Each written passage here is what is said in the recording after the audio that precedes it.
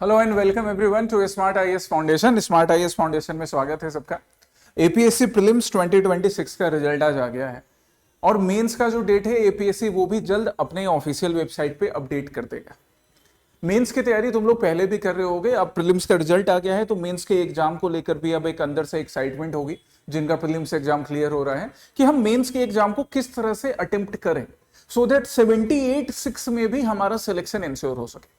उसी को लेकर आज से मैं तुम लोगों के लिए मेंस 2026 को, एपीएससी मेंस 2026 को टारगेट करते हुए ना ये सीरीज स्टार्ट करूंगा important famous personalities of Assam को लेकर, है ना। जैसे आज हम लोग एक फेमस पर्सनैलिटीज के बारे में डिस्कस करेंगे। कौन है ये? भाईमुंदा, है ना, स्वर्गीय मुनीन बरुआ। हम असम में डिफरेंट पर्सनैलिटीज जिन्होंने परफॉर्मिंग आर्ट्स में या डिफरेंट आर्ट्स फॉर्म में, non performing arts, performing arts, in arts form में जिन्होंने अपना कंट्रीब्यूशन दिया है। इसके अलावा बाकी भी पर्सनैलिटी जो लिटरेचर से रिलेटेड हो, जर्नलिज्म से रिलेटेड हो, सोशल वर्क से रिलेटेड हो, है ना, political upliftment, socio political upliftment से रिलेटेड हो, उन सबको हम डिस्कस करेंगे एपीएससी मेंस के पर्सपेक्टिव में। एपीएससी मेंस के पर्सपेक्टिव में डिस्कस करेंगे क्यों? क्योंकि तुमने जीएस पेपर 1, जीएस पेपर 5 के क्वेश्चंस में देखा होगा एपीएससी में कि पर्सनैलिटी बेस्ड क्वेश्चंस आते हैं। पर्टिकुलर किसी एक पर्सनैलिटी का नाम दिया जाएगा और उनके बारे में आपको डिस्कस करना होगा। लास्ट ईयर भी आया था, उसके पहले भी पर्सनैलिटी बेस्ड क्वेश्चंस आए हैं, तो वो हम लोग इस सीरीज में टारगेट करेंगे। सेशन का जो डॉक्यूमेंट है वो कमेंट सेक्शन में अवेलेबल रहेगा, वहां से डाउनलोड करके तुम पढ़ सकते हो। अच्छा, साथ ही साथ जिन लोगों का एपीएससी प्रीलिम्स क्लियर हो रहा है, आज रिजल्ट से अपना रोल नंबर मैच करके चेक कर लेना।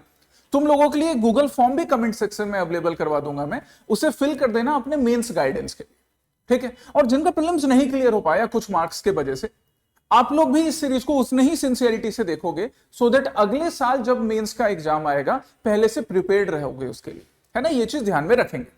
चलिए अब हम अपने पहले टॉपिक से आज शुरू करते हैं, भाईमुंदा से रिलेटेड, है ना, श्री स्वर्गीय मुनीन बरुआ से रिलेटेड। हम इनके बारे में पढ़ेंगे डिटेल में, इनके बर्थ से लेकर इनकी डेथ तक किस तरह से इन्होंने परफॉर्मिंग आर्ट में, फिल्म मेकिंग में, फिल्म इंडस्ट्री में, एसएमएस फिल्म इंडस्ट्री में, राइट, अपना योगदान दिया और एसएमएस फिल्म इंडस्ट्री को रिवाइव करके एक नई ऊंचाइयों तक लेकर गए।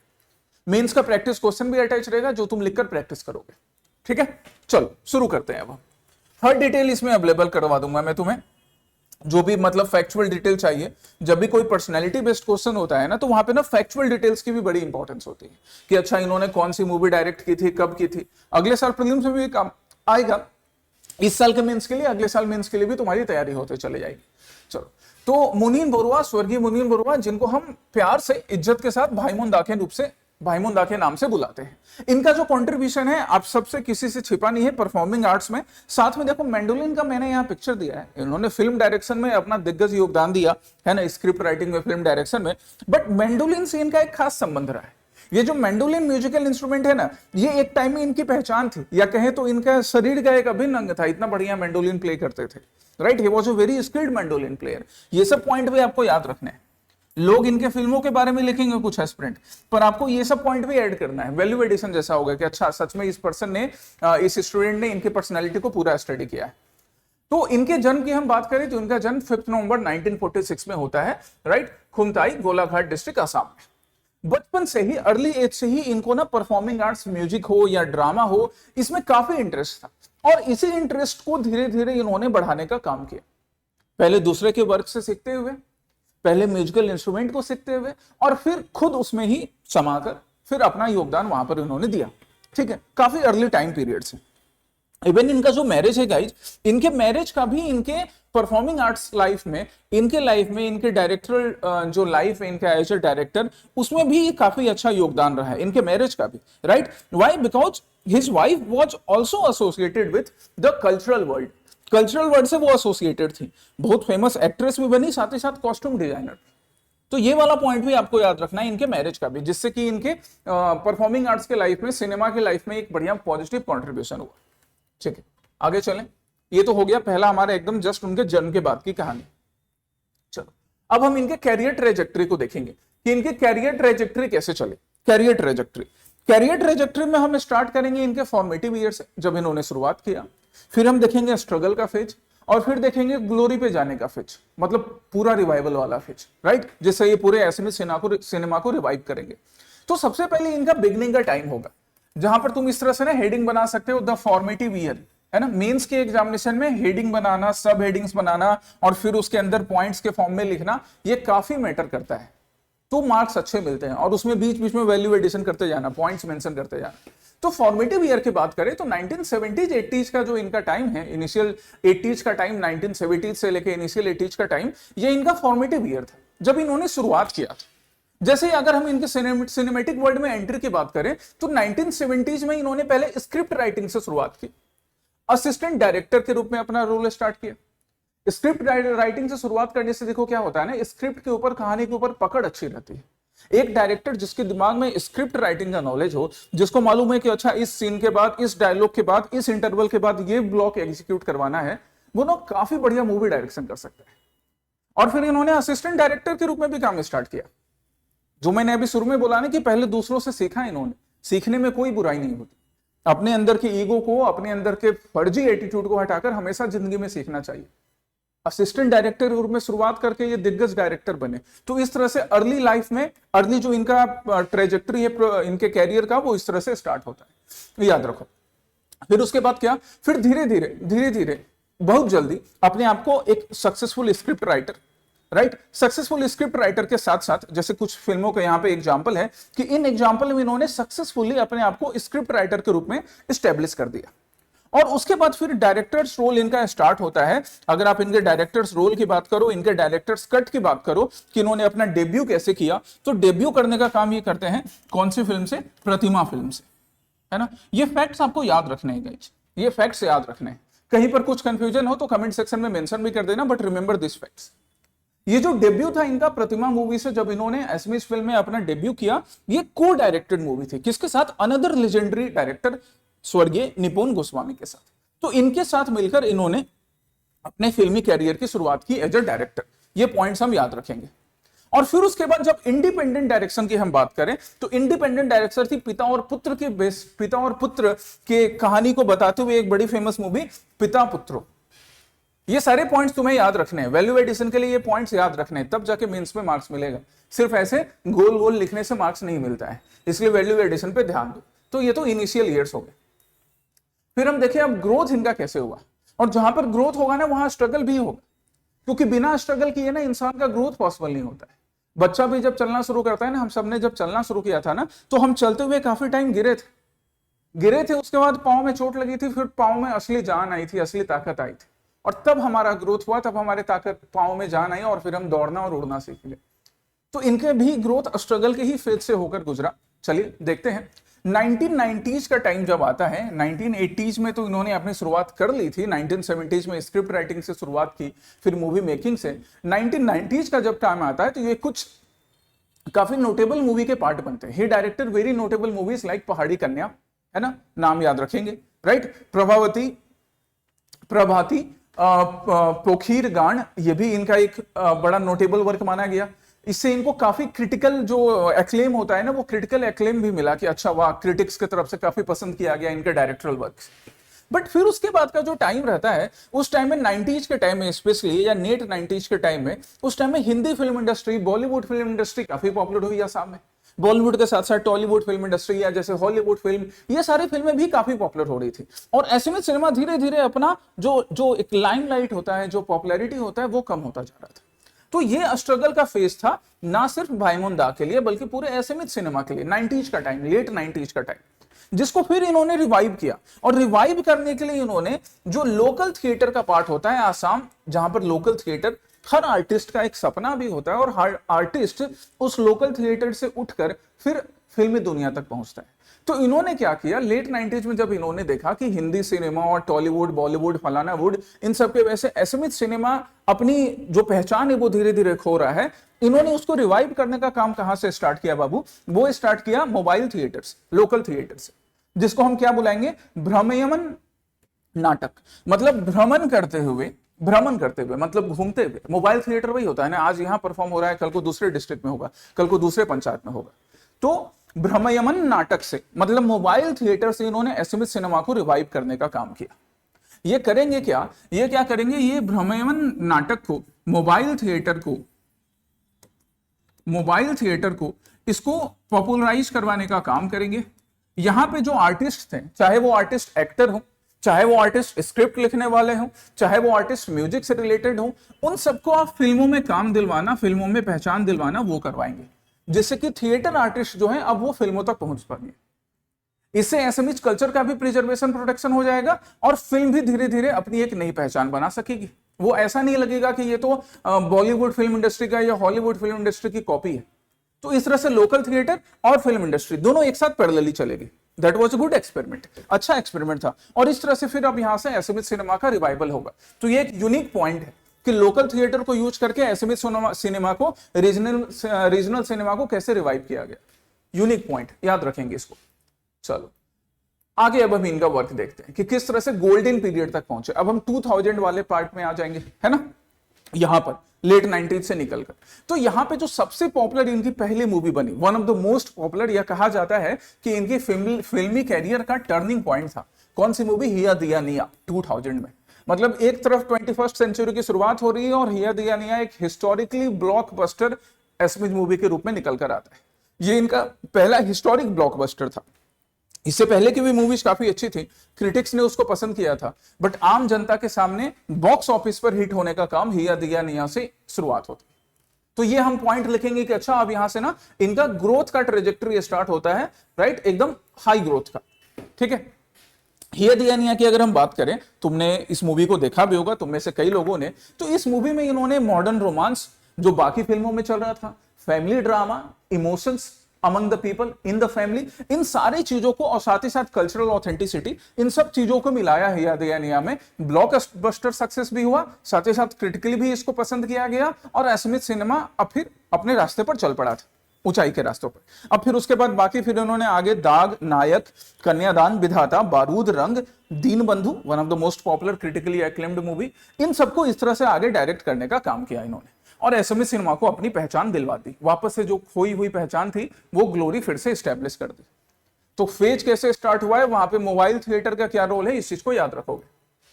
ठीक है, और हम आगे चले कि इनका कंट्रीब्यूशन क्या रहा, फिल्म के क्षेत्र में इन्होंने क्या क्या कंट्रीब्यूट किया।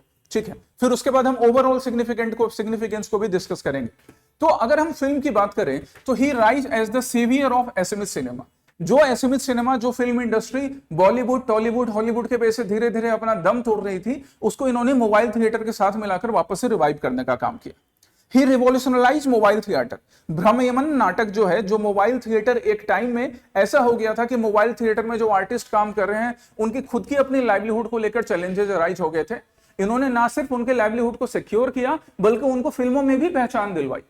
तो फिल्म के साथ साथ ये थिएटर को भी पैरेलली आगे लेकर चल रहे थे। ये इनका सबसे अच्छा इंपॉर्टेंट कंट्रीब्यूशन है और यूनिक कंट्रीब्यूशन है।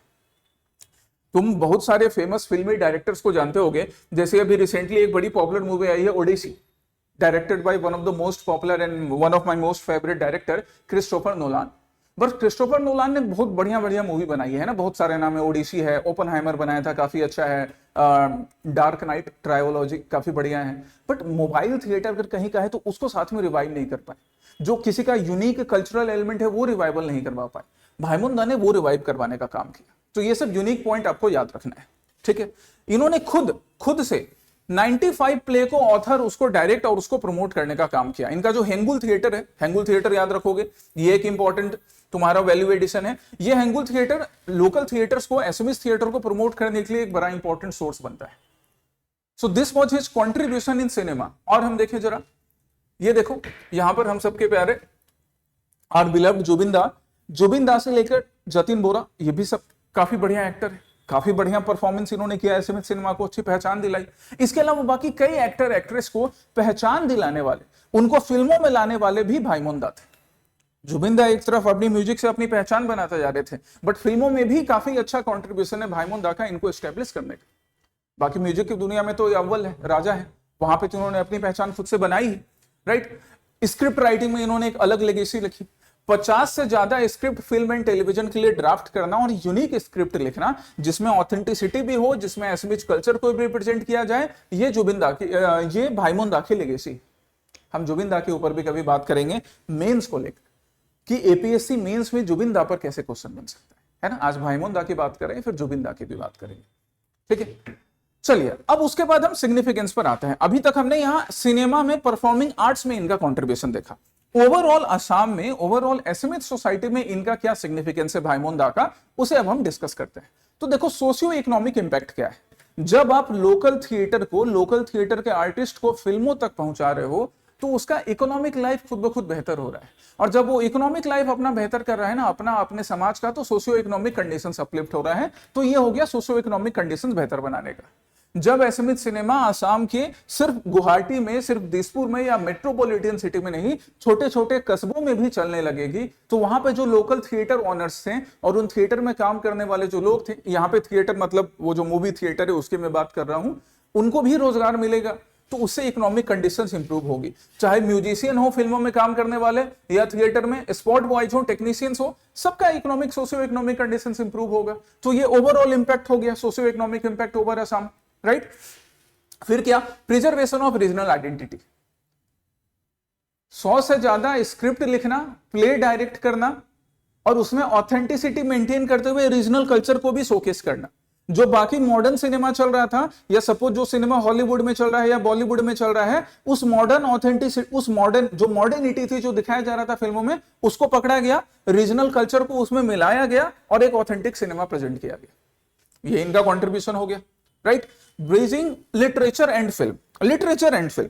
फिल्म के बाद में देखो एक अच्छी बात क्या है ना, हमें से कई लोगों ने, तुम लोग ही कोरियन मूवी देखते हो गए, कभी स्पेनिश मूवी देखते हैं, इंग्लिश मूवी देखते हैं जो हॉलीवुड में बनती है। अब हॉलीवुड में भी एक अमेरिकन इंग्लिश है, एक ब्रिटिश इंग्लिश पे बनती है, फ्रेंच मूवीज है।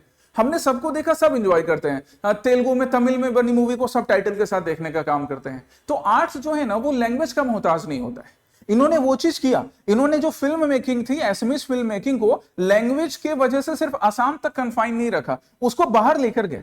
सो दैट इनकी नेशनल अवार्ड विनिंग मूवी, ये फैक्ट याद रखना आपको, national award winning movie Dinabandhu, ये ना एसएमएच ऑडियंस के साथ साथ बाकी ऑडियंस तक भी पहुंची। नेशनल अवार्ड विनिंग मूवी है दीनबंधु, याद रखिएगा, Dinabandhu one of the most popular, जैसा मैंने बताया था। तो इन्होंने लिटरेचर और फिल्म दोनों को ना पास लाने का कोशिश किया। लिटरेचर के वैसे या लैंग्वेज के वैसे फिल्म को अलग नहीं किया, है ना। लिटरेचर भी काफी बढ़िया से इन्होंने यूज किया, ठीक है। और अब हम इनके ओवरऑल अवार्ड्स एंड रिकॉग्निशन की बात करें तो नेशनल फिल्म अवार्ड मिला इनको, जैसा अभी हम बात कर रहे थे दीनबंधु के लिए, 52nd नेशनल फिल्म अवार्ड 2004 में। Assam state film award as a best director for Nayak movie 2001-2, Prag cine award, right. Doctor Bhabendra Nath Saikia award, ये एक सिलेक्टेड अवार्ड था जो असम के कल्चर को प्रमोट करने के लिए दिया गया। और बाकी स्टेट ऑनर, इवन जब इनकी मृत्यु होती है, जब ये अपनी अंतिम सांस लेते हैं, अंतिम सांस के बाद भी स्टेट ने फुल ऑनर के साथ, असम ने फुल ऑनर के साथ इनको विदाई दी। तो भाईमोन दा ने ना सिर्फ एसएमएच सिनेमा को पहचान दिलाई, बल्कि इन्होंने ये चीज भी सक्सेसफुली लोगों को सिखाया कि जो रूट्स होते हैं, कल्चरल रूट्स, हम उन कल्चरल रूट्स को अपने साथ रखकर सफलता की ऊंचाइयों तक पहुंच सकते हैं। मोबाइल थिएटर कल्चरल रूट का एक पार्ट था, उसको इन्होंने मॉडर्न फिल्म मेकिंग से कनेक्ट कर दिया। फिर जब इनकी अंतिम विदाई होती है तो पूरे आसाम वासियों ने, है ना, आर्ट लवर्स, चाहे वो आसाम के हो या इंडिया के किसी और पार्ट से हो, और स्टेट ने इनको पूरे ऑनर के साथ, पूरे सम्मान के साथ फिर विदाई दी। अपनी मृत्यु तक, जब तक जीवित थे, जब तक आखिरी सांस यहाँ पर ले रहे थे दिवंगत होने से पहले, तब तक इन्होंने फिल्म के डायरेक्शन में, कला के क्षेत्र में अपना पूरा योगदान दिया। इवन लास्ट तक 2017 तक इन्होंने काफी कंट्रीब्यूशन किया है। अप्रैल 7, 2018 को इन्होंने अपनी अंतिम सांस ली। तो यही आपको याद रखना है, फेज बाय फेज, कि किस तरह से जन्म से लेकर, जन्म का जो पार्ट हो गया, अर्ली एज से कला के साथ इनका रिलेशन, मैंडोलिन म्यूजिकल इंस्ट्रूमेंट के साथ, फिर किस तरह से इन्होंने स्क्रिप्ट राइटिंग सीखी, स्क्रिप्ट राइटिंग से पहले अपना कैरियर स्टार्ट किया, डेब्यू, पहले असिस्टेंट डायरेक्टर, फिर डेब्यू कौन से मूवी से की, फिर इनका स्ट्रगल का फेज क्या रहा, एसएमएच सिनेमा को रिवाइव इन्होंने कैसे किया, फिर ओवरऑल जो socio economic impact, literature, language और फिल्म को कनेक्ट करना, और जुबीन दा और बाकी नए आर्टिस्ट को भी पहचान दिलाने में मदद करना, ये सारे कॉन्ट्रीब्यूशन हमें याद रखने हैं। अब ये रहा देखो मेंस का practice question, discuss the contribution of Munin Barua in the revival of Assamese cinema, also discuss the impacts which his works made on performing arts in India. 15 marks का क्वेश्चन है, 15 मार्क्स का क्वेश्चन है, मतलब तुमको 3 से 4 पेज में लिखना है बाबू। एपीएससी 15 मार्क्स के लिए 4 पेज देने का काम करता है। तुम्हारे मन में यह सवाल रहता होगा कि सर पूरा 4 पेज लिखना है क्या? तो देखो, पूरा 4 पेज नहीं लिख सको ना तो कम से कम 3 to 4 तक आओ, मतलब 4 में तुम यहां तक भी लिखने का काम करो, एटलीस्ट हाफ तक। इसके लिए राइटिंग स्पीड फास्ट होनी चाहिए, इसलिए क्लास में जब हम पढ़ाते हैं तो लिखने बोलते हैं और प्रैक्टिस करने बोलते हैं साल भर से। इसलिए मैं वापस से कह रहा हूं कि इस बार जिनका प्रीलिम्स नहीं भी क्लियर हुआ है ना, वो अगले साल के लिए मेंस की तैयारी अभी से करें, और जिनका हो गया है तुम तो भाई दिन रात लग जाओ अब मेंस की तैयारी में। तो 3 to 4 पेज आपको लिखने के ट्राई करना है 250 वर्ड्स वाले में, है ना, 15 मार्क्स वाले क्वेश्चंस में। अगर किसी में 4th पेज नहीं लिख सके कोई बात नहीं, 3rd पेज तक तो हम पूरा लिखेंगे। 10 मार्क्स वाले में तो 2 ही पेज मिलना है, यूपीएससी हो या एपीएससी हो, वहां पे आपको 2 पेज लिखना है। तो प्रैक्टिस करो। ये रहा आज मेंस का प्रैक्टिस क्वेश्चन। फिर हम लोग नेक्स्ट सेशन में नेक्स्ट पर्सनैलिटीज के बारे में डिस्कस करेंगे, नेक्स्ट पर्सनैलिटी के बारे में मेंस से रिलेटेड, और जो भी फैक्ट्स हैं ये अगले साल प्रीलिम्स में भी तो काम आएंगे ही, ये जो भी फैक्ट्स हमने पढ़े हैं। और प्रैक्टिस क्वेश्चन में मैं तुमको मेंस का साथ में देते जाऊंगा ताकि तुम प्रैक्टिस करो। ठीक है, अगले सेशन में मिलते हैं, मेंस की तैयारी को और बेहतर बनाते हैं। Till then take care, study well, जय हिंद।